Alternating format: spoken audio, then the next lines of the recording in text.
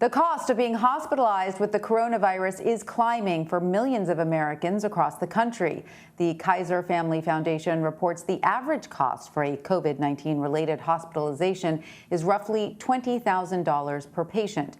The current 7-day average of new hospitalizations declined for the week of September 19th, but over the past few months, the numbers have been staggering. More than 530,000 Americans were hospitalized from June through August. According to the study from the Kaiser Family Foundation, Americans spent roughly $5.7 billion on coronavirus-related hospitalizations this summer. The study shines a light on the other cost of COVID, the financial one. CBS News MoneyWatch reporter Megan Cerullo joins us now for more on this. Megan, welcome. Thanks for being with us. So how has the U.S.'s vaccination efforts changed the way insurance companies treat coronavirus-related hospitalizations?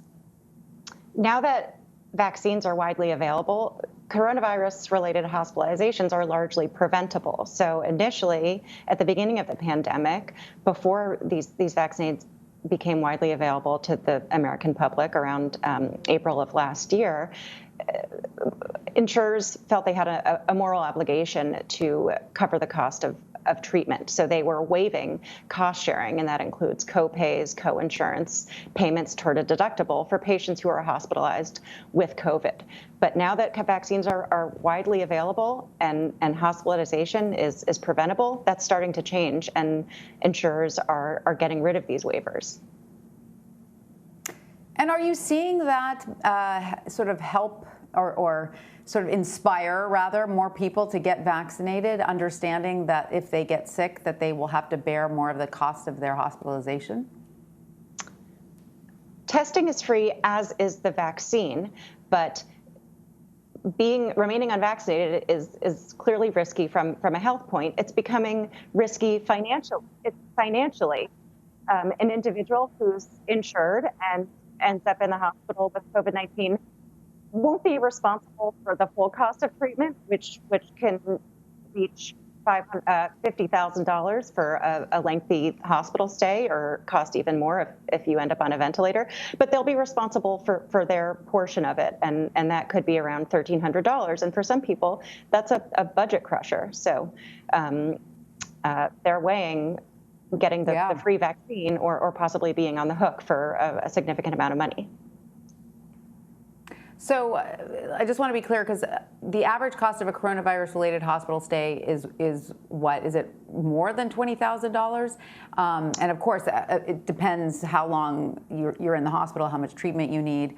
And in general, what share of the bill is the patient responsible for who's not vaccinated? And let's say you were vaccinated, how would that break down?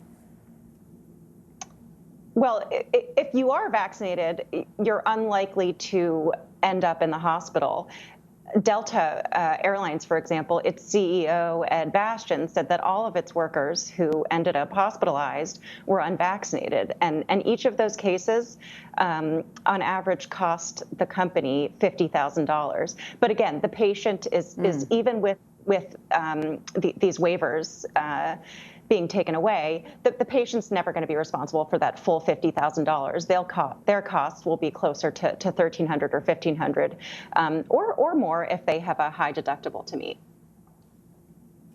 Right. And so how are the companies themselves, you mentioned Delta, how are the companies that provide health insurance to their workers responding to the growing cost of covering COVID treatments? Are they coming right out and saying, you know, we're not going to cover it if you're unvaccinated? Delta's a good example. Delta, the airline, not the variant, has said that unvaccinated workers can be subject to a $200 additional surcharge per month per paycheck if they remain unvaccinated. And that's because CEO Ed Bastian has said that unvaccinated workers pose a risk to the company's financials. And other benefits managers, healthcare experts, have said that unvaccinated individuals can expect to see that their premiums rise between $20 and $50 a month now that there is a way to prevent severe illness related to COVID-19. And has there been any word from insurance companies about tests? I mean, as of now, they're still covered by insurance companies. But has there been any word about that possibly going away? Testing remains free, as does the vaccine. But given that a number of companies are offering the option to either be fully vaccinated or be tested on a regular basis, that could become costly, and they could start charging patients for tests. Mm-hmm. Well, Megan Cerullo, thank you so much. We really appreciate all the background you have on this for us. Thank you. Thanks, Tanya.